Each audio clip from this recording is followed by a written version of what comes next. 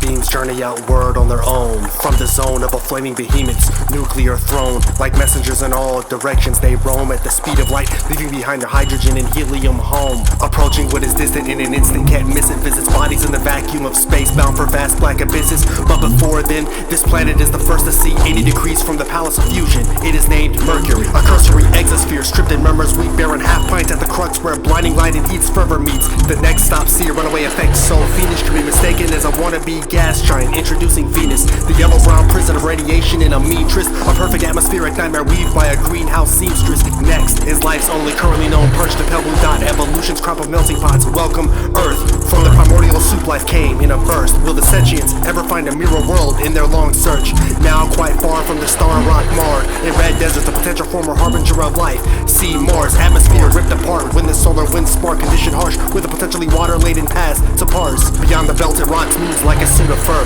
the mammoth planet with the gluttonous orbit. There be Jupiter, the burglar of asteroids with the eye of Lucifer, the monster of the outer system and many a comet's executioner. This stretch of kingdom is the gas giant's tavern, decked out royalty with the greatest savageness, for avarice meets Saturn. Such greed in these reaches becomes a common pattern. Every new satellite or jewels for the rings we see the mad earn. In the far dark realm senses your disgust, the off-kilter lunatic fringe of the frozen reach. Uranus, an anomalous disposition, so sure it is pure and just reclusive, cold-hearted, all race find it to be obscured and hushed. To another behemoth of blue hue that repped fumes covered in shadow pots, cocked a few rings. It is Neptune, supersonic winds from its cold depths croon, practicing frigid imperialism with its kept moons. And farther in the reaches the excommunicated being, too small to keep a seating at the sun's table, icy and seething. The rebel braces for impact. From a faint cry of fire, the beam rests on its scarred surface at the edge of an empire.